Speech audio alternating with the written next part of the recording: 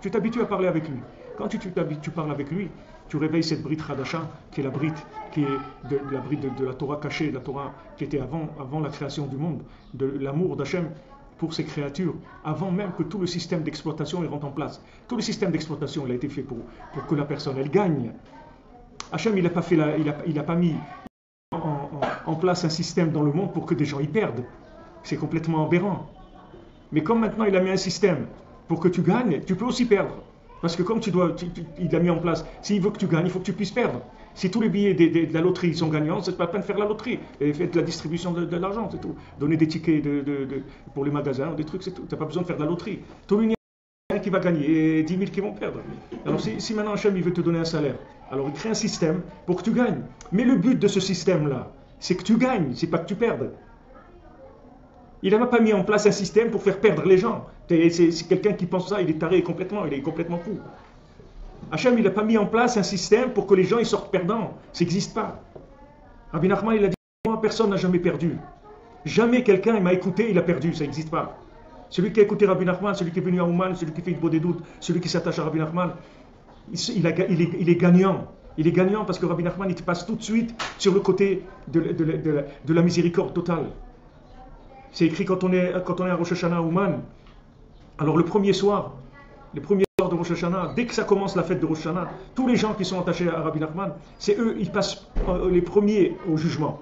Les premiers, avant toute l'humanité, les premiers qui passent au jugement, c'est ceux qui sont attachés à Rabbi Nachman. Rabbi Nachman, il a obtenu ça d'Hachem, qu'il juge tous les gens qui sont attachés à lui en premier. Et il dit quel est l'avantage? Il dit que quand c'est frais, la miséricorde, elle est totale. Parce qu'il n'y a pas eu toute la puanteur de toutes les fautes qui a commencé à tout abîmer. Après, quand il y a des millions de gens qui sont passés avec toutes leurs bêtises et tout, ça commence là-bas un peu à chauffer les oreilles, ça commence à fatiguer un peu. Mais au début, c'est tout frais, la miséricorde, elle est là, elle est très très forte. Il faut savoir qu'Hachem, il n'a pas créé ce monde pour nous faire du mal. Hachem, il a créé ce monde parce qu'il nous aime, parce qu'il veut qu'on sorte gagnant.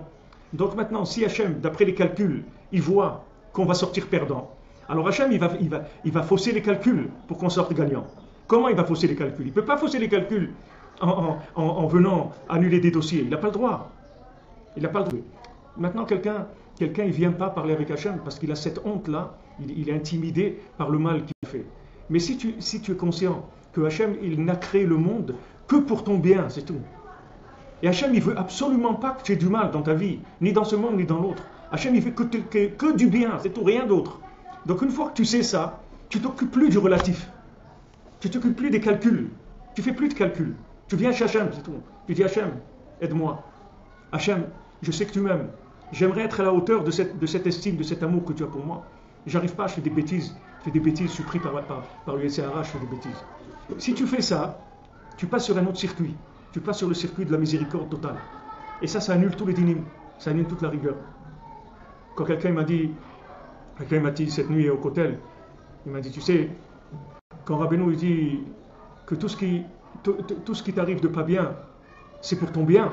Quand Rabbeinu dit dans la Torah d'Alet que Kol meura otav shel adam em letovato, tout ce qui arrive de pas bien à quelqu'un, c'est que pour son bien, et que c'est écrit dans Shulchan Aruch, dans la halakha, que chacun il doit dire tout le temps Kol ma de avid rachmana letav avid, tout ce que Hachem il fait, c'est que pour le bien.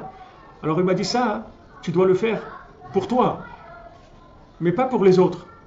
Quand tu vois quelqu'un que maintenant il a perdu son portefeuille, il ne faut pas que tu lui dises tout ce qu'il fait Hachem c'est bien, parce que si tu fais ça, tu es un monstre. Toi, tu dois lui dire, waouh, qu'est-ce qui t'est arrivé et tout. Attends, viens, on va essayer, viens, on va voir. Peut-être qu'il y a quelqu'un qui est passé là, peut-être qu'on peut téléphoner, peut-être, attends, il y a des objets trouvés ici. Et qu'est-ce qu'il y avait là-bas? Il est important, qu'est-ce que je peux te prêter de l'argent pour que tu prennes le bus? Qu'est-ce qui te manque? Toi, tu ne dois pas lui dire tout ce qui t'arrive, c'est pour le bien. Ça, c'est que à toi que tu dois dire ça, mais pas aux autres. Si tu dis ça aux autres, tu es un monstre, tu n'es pas un Ben Adam normal.